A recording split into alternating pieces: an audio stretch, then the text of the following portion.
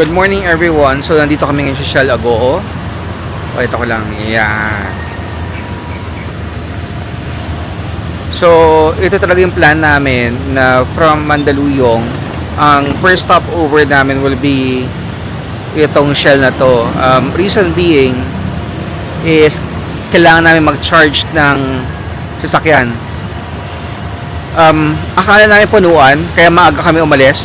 Pero as of now, kami lang nag-charge. Anong oras na yun? 6 a.m. 6 a.m. Kami lang nag-charge. So maganda. So nag-DC charging na lang kami. Ngayon, in terms of the ride ng G31, buong trip nakatulog ako ng maayos at wala akong naramdaman na issue sa sakyan. Parang ang lakas ng hatak niya. Kamusta yung drive?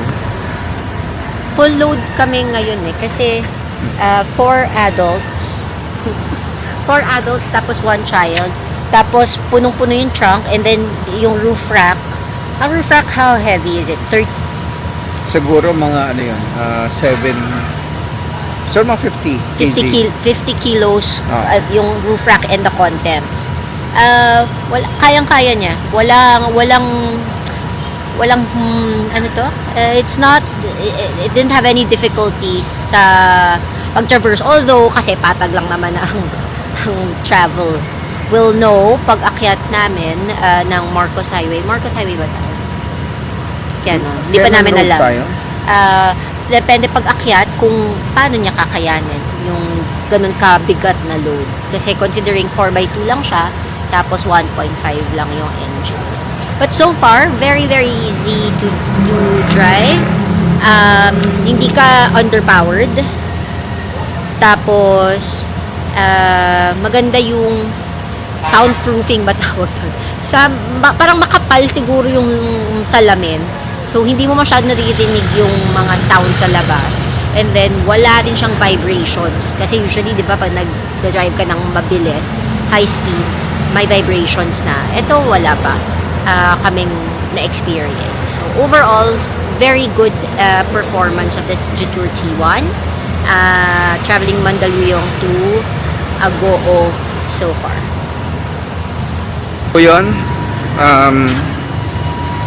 Ngayon, may bago kaming install pala sa Jetour T1. So, na-mention nga ng wife ko kanina na puno yung roof rack. So, ito yung install namin.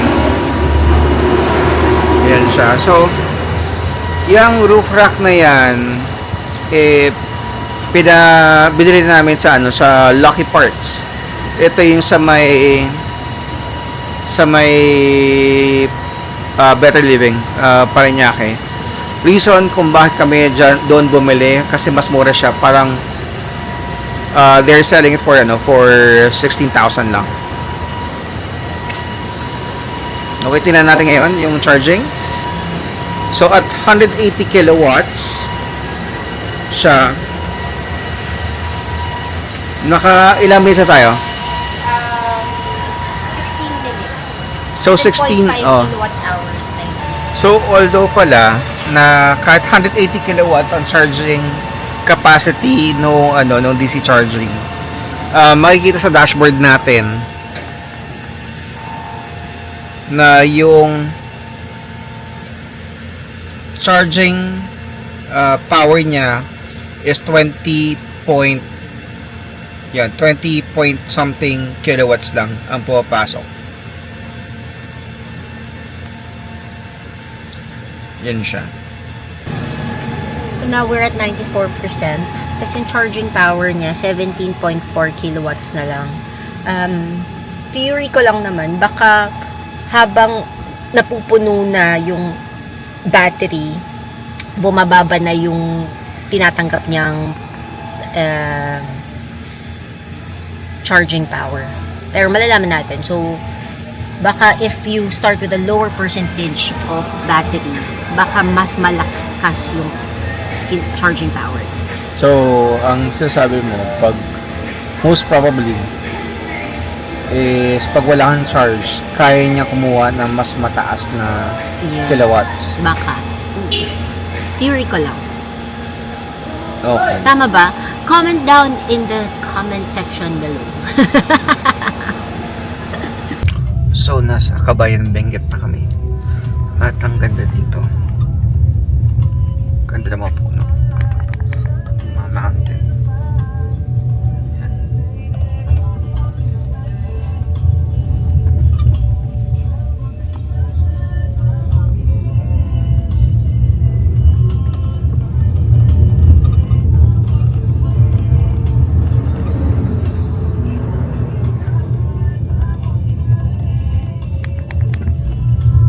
So, 1 hour and 6 minutes na lang to the campsite.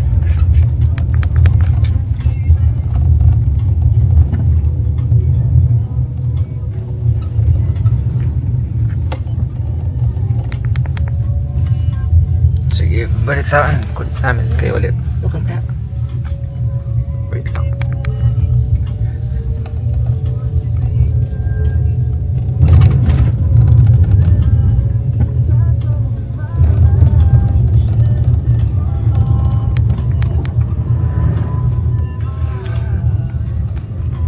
Ganda dito.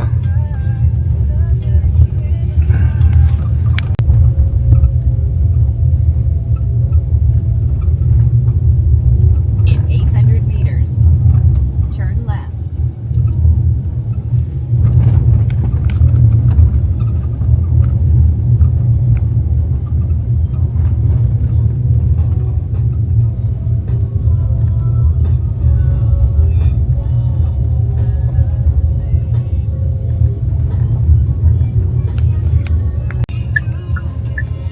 Welcome, Mount Pulag. Welcome, Mount Pulag. Wow, ang taas. Grabe. Come on, you can do it. Echo yan.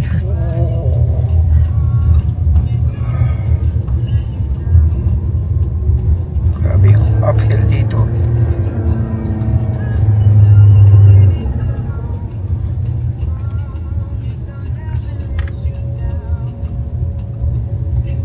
Ayan, tingnan niyo yung view.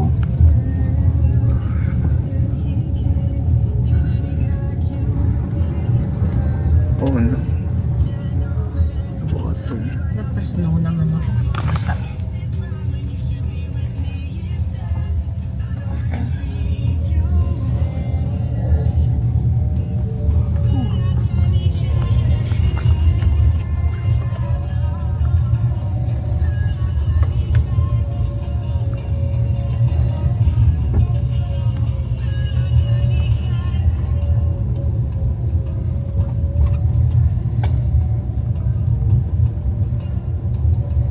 Di wala problema charging pa uwi.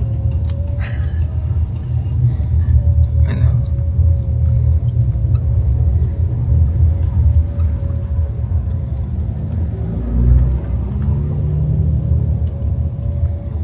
Wow.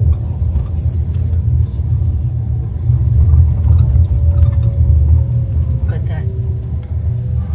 That's how high they are.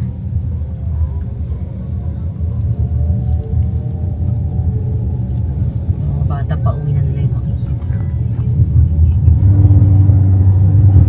Nandito na kami at nabuhay si Jetor T1 at Oh my God, can you not 14% battery remaining. You already did it yourself. Ang ganda dito, guys. Look bad. There are a few campers. Yourself. Sana hindi pa sila break up. Dito tayo nasa registration area.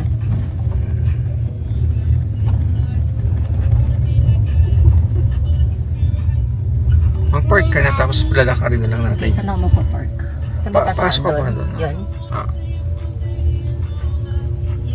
Mount Pulag National Park, Tabeyo Lake. I think I should take a photo of that sign. So, oo, nakarating na kami dito sa Lake Tabeyo. Finally. So, we've been planning to do this trip since last year. Prati merong mga mga aberya. Actually, yung isang kasama namin, yung brother niya, dapat kasama namin. Kaso nga lang sabi, biglang medyo may ulan. Kaya, Sa weather forecast. na-trauma kami sa Oma King. kaya, kaya ayaw daw nila sumama. Pero kami tinuloy pa rin namin. Kasi, it's now or never. So, regarding sa Jetor T1, so kinaya naman niya. Pero, yung na-mention nga namin kanina na mas alam na namin kung paano gamitin yung Jetor T1, hindi pa rin pala. So, ang natutunan namin ngayon dito sa Jetor T1 or pagpupunta dito sa Lake Tabeo, sa Sa kanina, Baguio. oo, sa Shell kanina, 'di ba, sa baba, nag-recharge kami up till 98%. Pero nung dumaan kaming Cannon Road, pagdating namin sa Baguio na is nasa 50% na. So may chance ka naman para mag-charge ulit doon sa Camp John Hay. However, hindi na namin ginawa yun. Akala namin kaya na. So, nasagad yung kotse, umabot until 14%. So, pag naka 14% na siya, hirap na siya umakyat kasi nag-recharge siya doon sa battery. Tapos yung ice pa niya syempre umaakyat. So parang hirap na hirap yung kotse.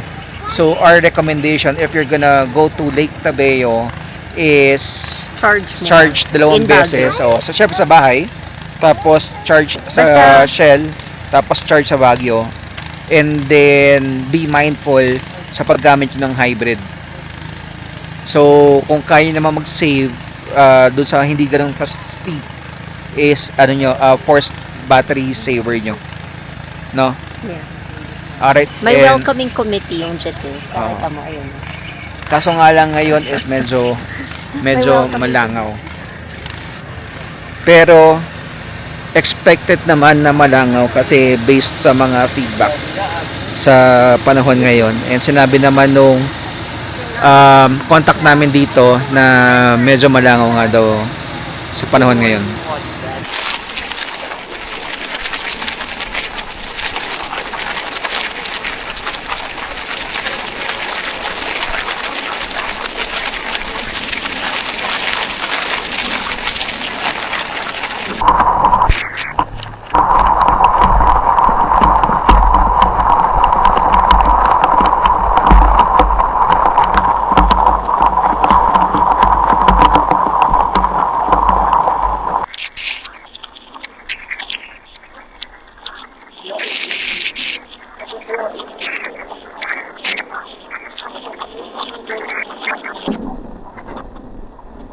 Inilan na kami dito sa Tabeo before kami makapag-set up properly.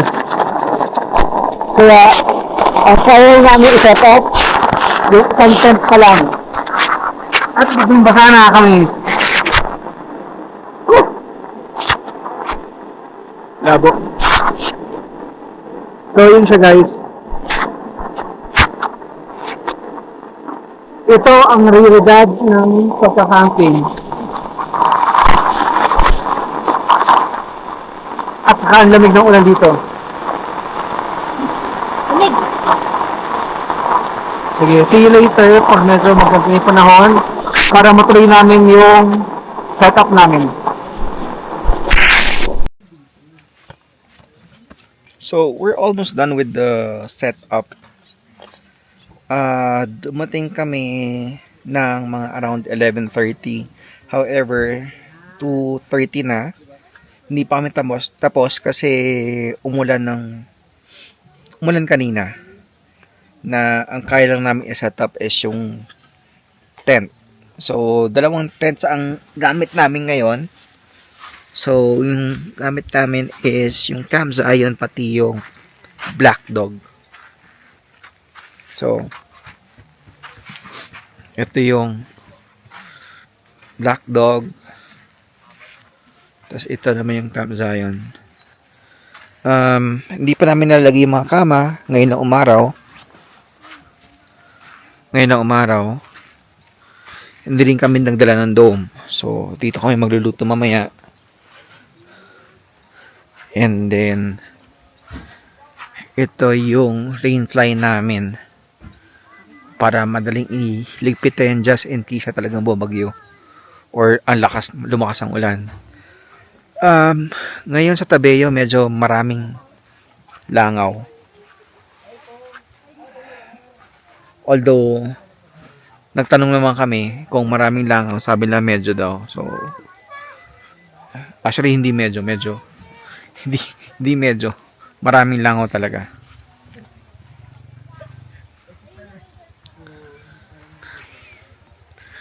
Yun siya.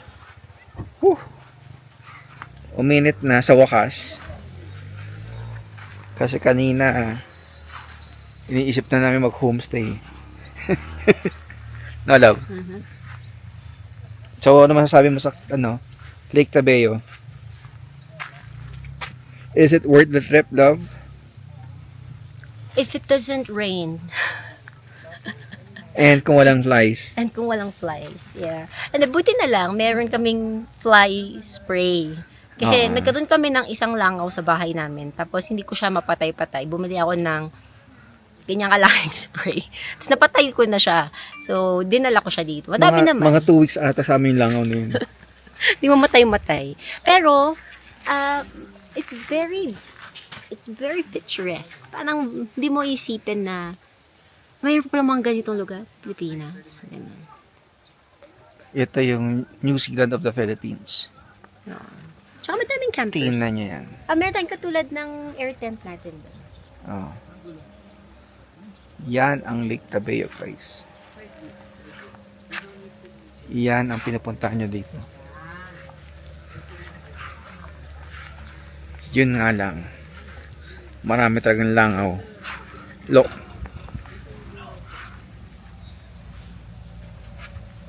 Kita nyo yan? So, ito yung campsite namin. Parang dalawa ata yung campsite nila. So, ito yung sa amin. And then, doon sa kabila.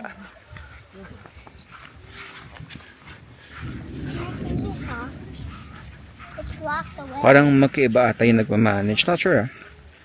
Magkaiba man nagmamanage dito? Kasi di ba pinalipat tayo dito? Oh, pero alam naman niya. Oo. Sabi niya, Sir JR, sabi niya, dun po kayo. Diba, sabi niya. Oo. Oh, just that. Okay, so, ngayon pupunta kami sa tindahan. Since nga na iba yung plano, kulang kami ng food. So punta kami sa tindahan kung may water. At saka tingnan na rin natin kung ano yung mga pwedeng mabili doon. Para pag pumunta kayo dito, alam niyo kung ano yung pwedeng bilhin. Tapos wala silang ice, pero pwedeng mag-request kung makakakuha sila. Nakakuha naman. Oo, mga bloke-bloke. Okay ba? Mhm. Tala, be careful, yeah?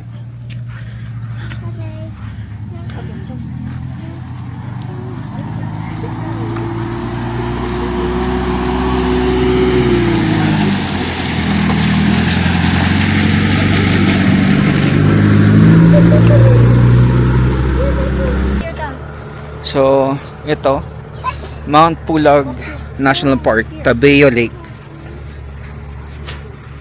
Okay. So, klaro na ngayon na ang spelling ng Tabeo is T-A-B-E-Y-O, not T-A-B-E-O. Ano ba? So, puntahan lang natin tindahan. Sabi ni ate kanina, meron daw yung green at saka yung red na bahay. So I think puunahin muna natin yung red. Dito kami naglalakad kasi kaartehan ng anak ko, gusto dito maglakad, ayaw ata sa putek. Sumunod asawa ko, sumunod din ako. So, Like a choo-choo train does. so ito yung isang campsite. Yan siya.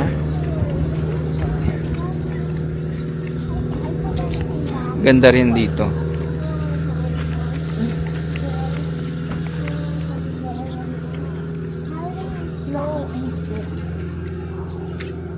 Ngayon yung lake medyo mababaw. I think it's because of the La Nina. One more. Okay. Whoa, it's really high. Daddy needs to go down Come on. first. Wala, there's no step, Daddy. You need to catch. So, ito na yung tindahan. Sabi sa may pulang piera daw. This is games.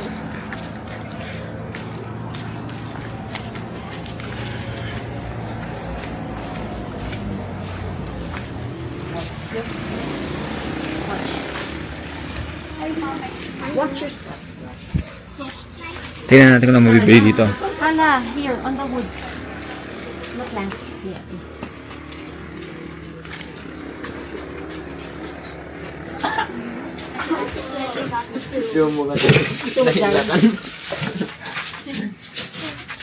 Okay, anong pwedeng mabili dito? Meron po kayong mga tindang karne, ganyan. Meron. Oh, yun meron pala sa ano po? Yung available is pork and chicken lang po. Okay. Quarter legs. And bangus din pala. Sa pork, ano? Ano meron sa pork? Pork yung as in kinakatay dito. Yung Ah, dito kinakatay? kasi siya rings and then So, may mga pang-adobo cut? May ganun ba kayo? Wala. wala po. As in isang kilong buong Ah, Kami okay. nang magkaganon. Yes. Wala May na kutsilyo tayong ba pang tayo? ganun. May kutsilyo tayo nila? Yung nandun, wala. Yung nandun lang. Kasama. Frozen?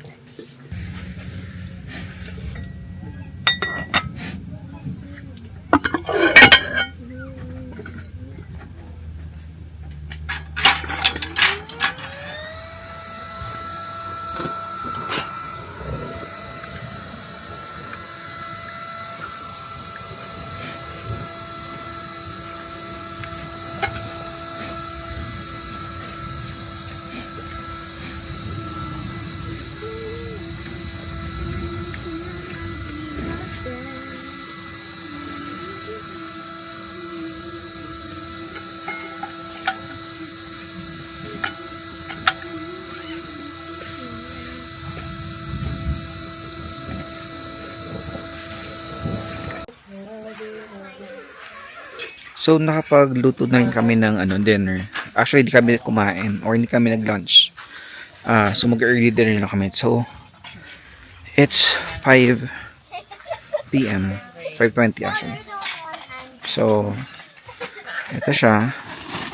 Very improvised kasi ang dami namin nakalimutan na gamit.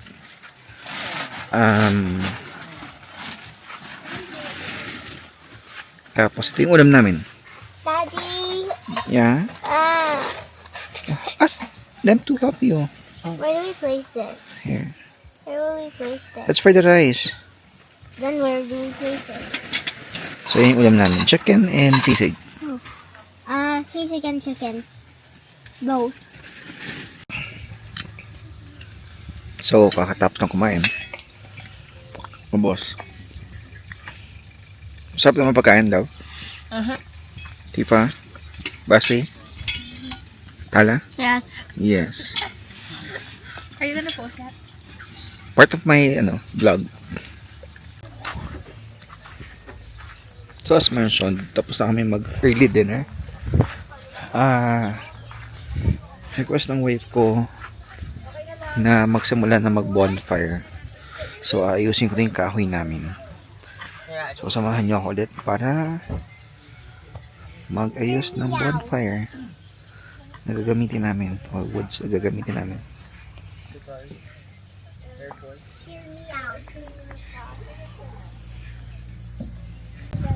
Sige, so ito random video lang to.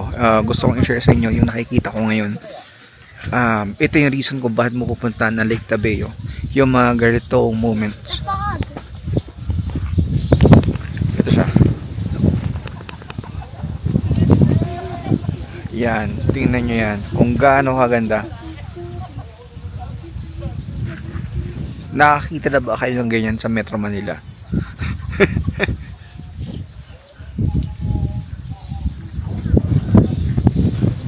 Oh. So, mahirap ba yung trip? Yes, mahirap yung trip. Pero worth it talaga. Ang ganda dito sa Lake Tabeo. In fact, kahit yung lake mismo is hindi siya ganun ka daming water as of now kasi parang tagtuyo siya. Maganda pa rin.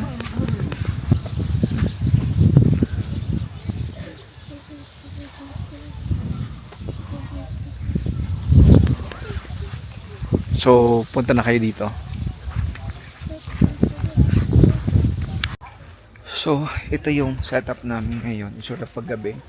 So, simpleng mga ilaw lang, walang fairy lights. So, yan siya.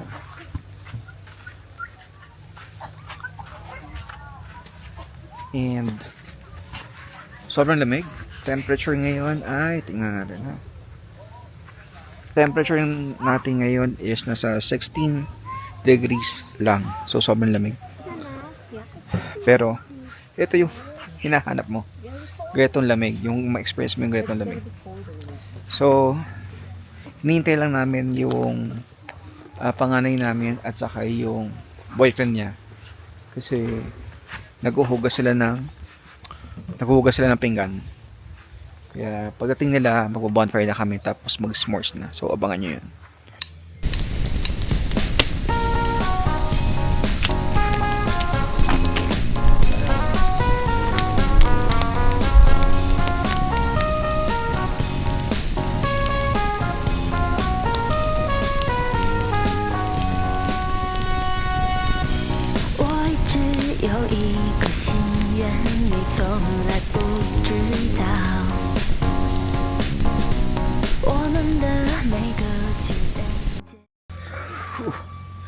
So good morning.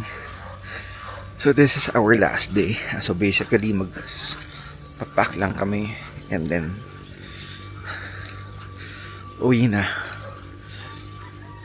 So bigyan muna kayo ng tour sa campsite. So pwede kayo mag-camp dito sa lake. Tabi ng lake actually. So parang two sides siya. So ito yung side namin, tapos doon sa kabila yung campsite. So parang paikot doon sa lake. So yung nakikita niyo sa usually doon sa mga nagka-camping doon sa Lake Tabeo.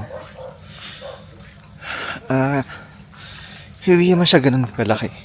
Hindi, malaki siya pero kaya mong ikutin.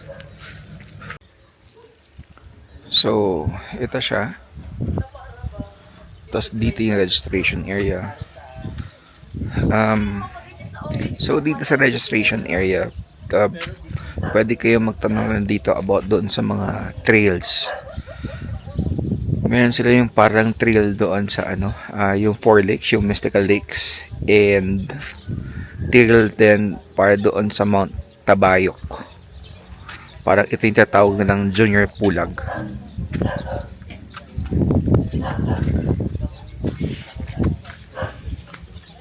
So ito yung registration area. Tapos tabi ng registration area yan, pwede kayong bumili ng mga gulay, yung mga nahalimutan nyo na bilhin sa bahay o dalhin sa bahay. Yan siya. So ito yung kalsada, dito lang maglalakad.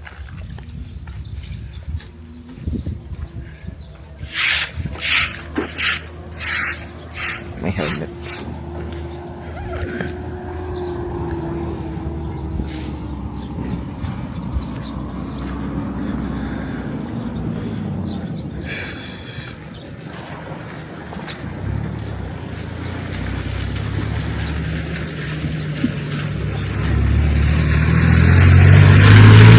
So, ito yung parang kabilang side ng lake.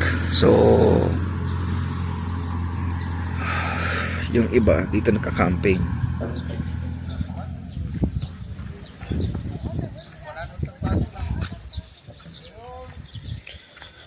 Yan siya. Baba muna dito. Madalas pa ako. Yan siya.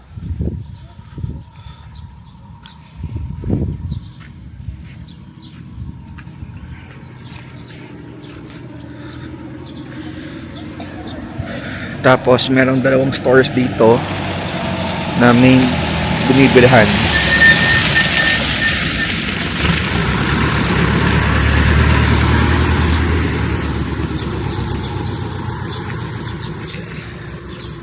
itong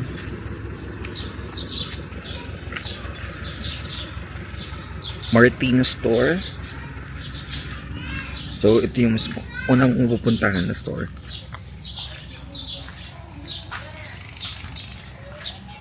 Yan siya. So makakabili ka naman sibuyas, bawang, pati ko naman patinda.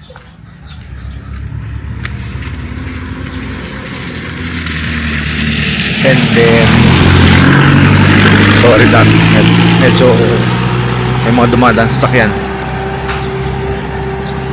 At dito sa tabing ano naman nila, parang tabing compound naman nila.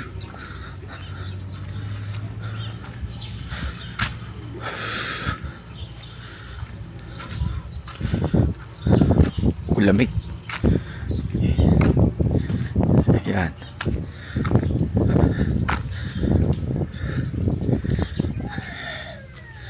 Dito. So may store din dyan. Tapos merong cafe. Itong Lakeside Cafe.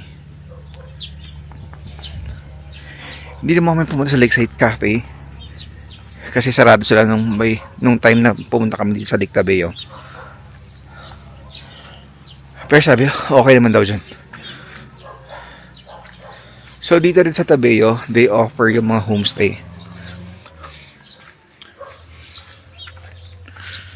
So pwede kayo magtanong sa registration kung saan pwede yung makituloy.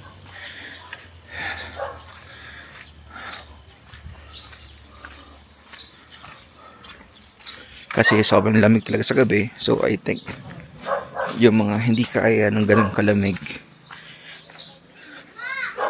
pwede mag homestay, lalo na sa mga elderly dyan.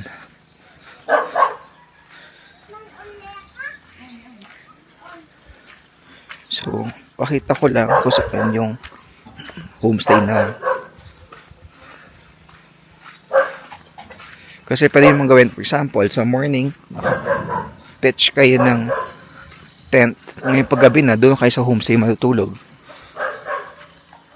Kung hindi kaya yung ganun kalamig. Kasi at least doon sa homestay, may mga enclosure area. Pwede yung sarado ng bitana. Hindi ganun kalamig.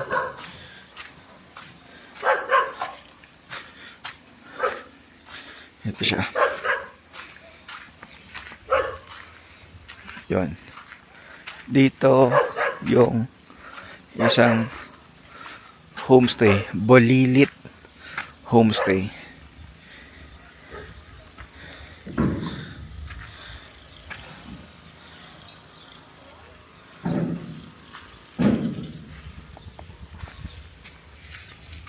Hindi na kami nakapag-trail dito eh.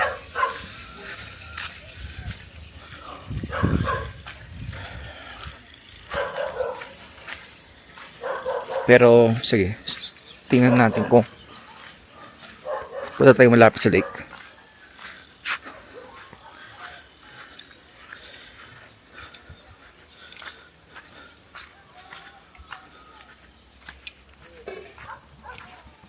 Ito yung dinadaan ko. Pababa.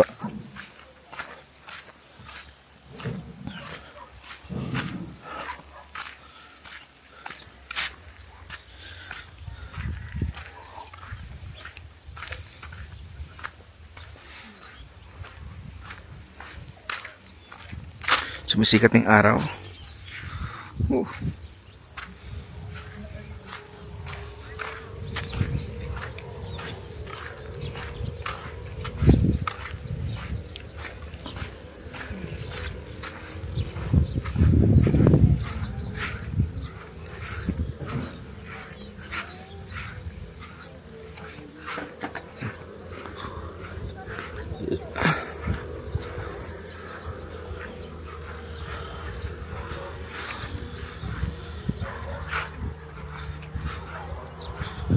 So, ito yung lake.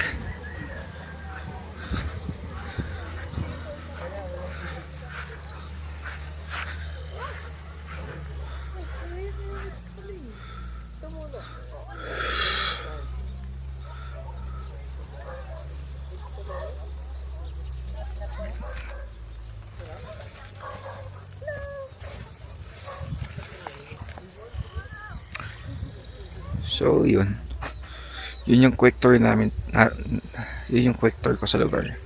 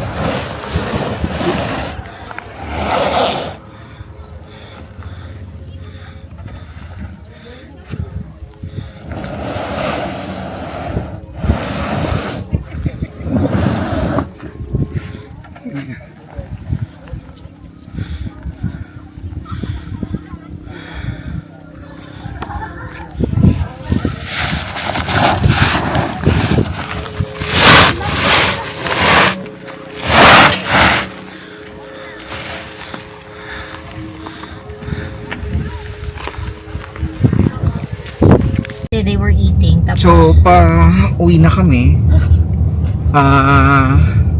Nung dumating kami sa Tabeo, nasa 14% kami. So, since na takot ako mawalan ng battery, nag-force charge kami. So, habang nagkakarga ng gamit, nag-force charge, tapos umabot siya ng 43%. Tapos ngayon, pauwi na, nasa 47% na siya. So, totoo nga, pag pababa ka, nagsa-charge siya talaga. So, maganda dito is i-high mo, no? So, yun siya. hi, gender. Isa sa feedback namin sa Jetour T1, pag pababa siya talaga, As in, very. hirap yung brakes niya.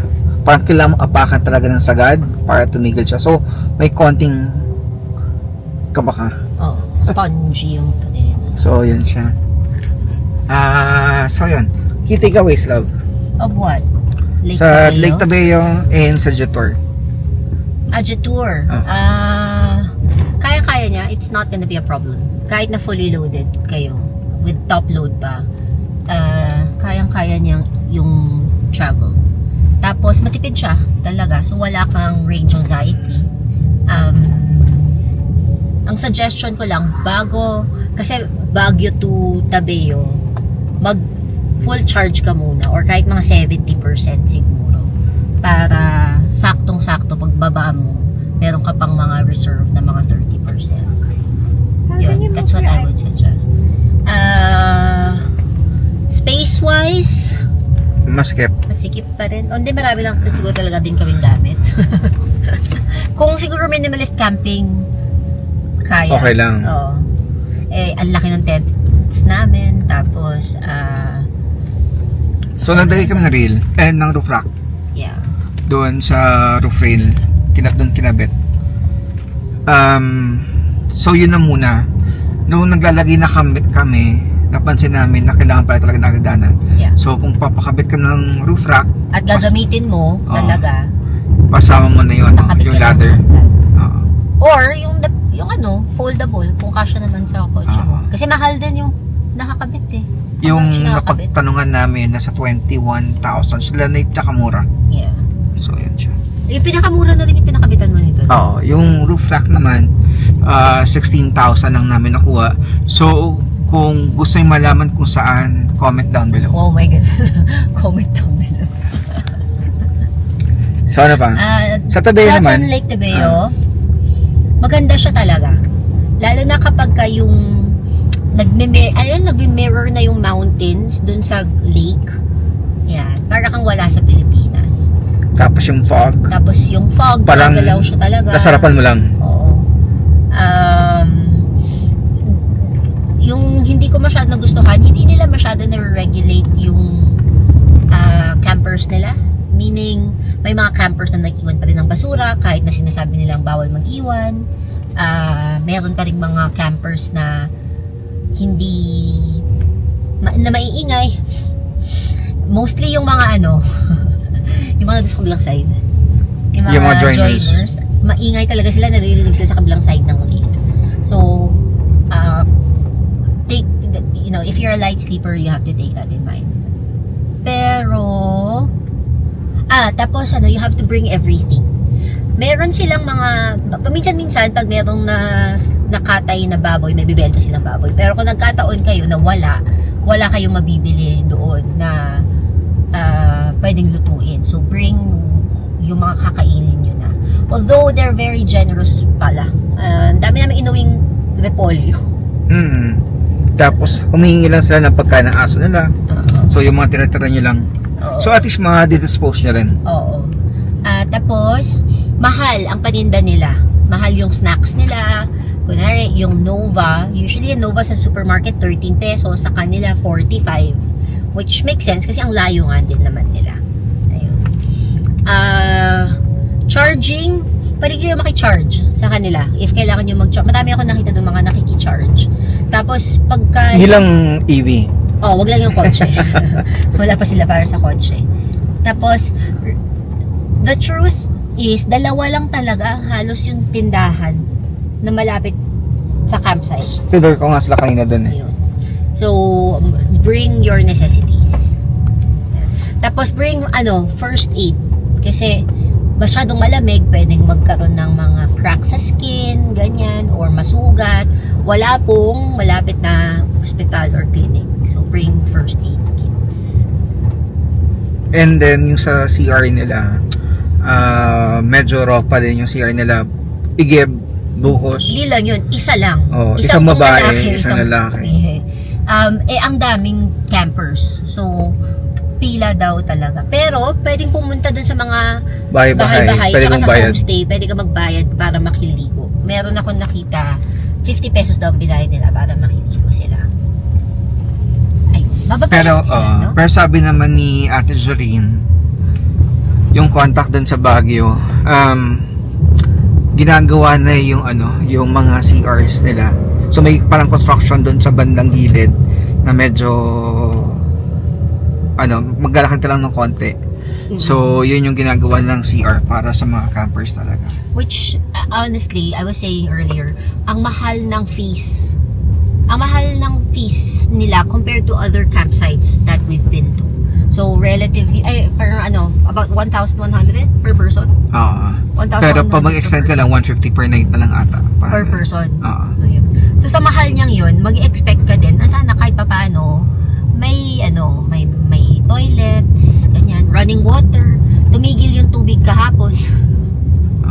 Tumigil yung tubig kahapon, so maraming hindi nakapag-ugas. Ganyan. Yeah. Pero maliliit lang na bagay yun if you really are into camping. Worth it talaga yung lugar. Meron pa? Sila, tanungin mo. Kayo? Night sky. Oh yeah, the night sky is really good. Oh yeah, ang daming stars. Yeah, it's like 12 a.m. onwards. Okay, Anything else? No. Okay. So, yun lang guys. Thank you very much. Kakain muna kami lunch sa Baguio doon sa slaughterhouse. Try ko rin magpakita ng konting snippet doon. Bye-bye. So, nasa Baguio na kami.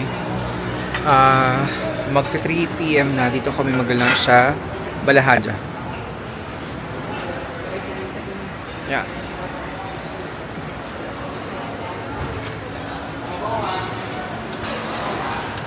So, tuwing nasa Baguio kami, we make it a point na mag-lunch kami dito. Kasi sobrang sarap ng pagkain.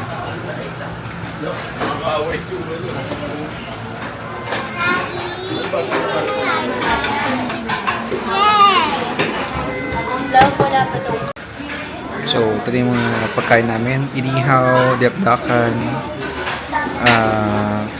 blood sauce. Ano pa? Bulalo at poki-poki. Parang Ilocano food lang na in-order namin poki-poki. Inihaw. Ito, Ilocano. Inihaw.